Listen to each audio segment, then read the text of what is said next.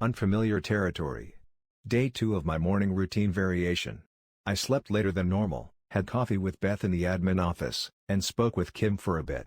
After being awake for a couple of hours, I'm writing my list. Most days it's written within 30 minutes of awakening, but I'm working on something different. Beth is about my age and sharing coffee and conversation with her is food for the soul.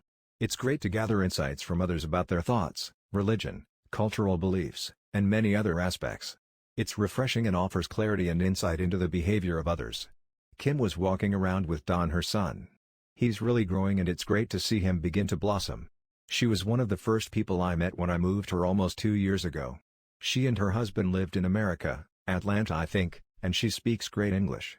She, her husband, and mother are all possessed with pleasing personalities and it's always good to visit with them. As pleasant as those experiences were this morning, I'm not sure if writing this late into the morning will be part of my routine. I've become accustomed to writing early and it's good for me to have some sense of accomplishment early in my day. Today, Tuesday, October 20th, 2020, I'm grateful that I'll experiment when in a slump. Not sure if this particular path is correct, but we'll see what happens. Constant self-evaluation is needed for continual improvement. I am grateful that Kim offered her friendship. It's challenging to befriend locals in this country. Cultural differences coupled with decades of predatory behavior from foreigners would make any local apprehensive. Having met her nearly 2 years ago, maybe I've worked to eliminate some of the prejudices embedded by others and she and her family will eventually be able to judge me based on my behavior versus that of others.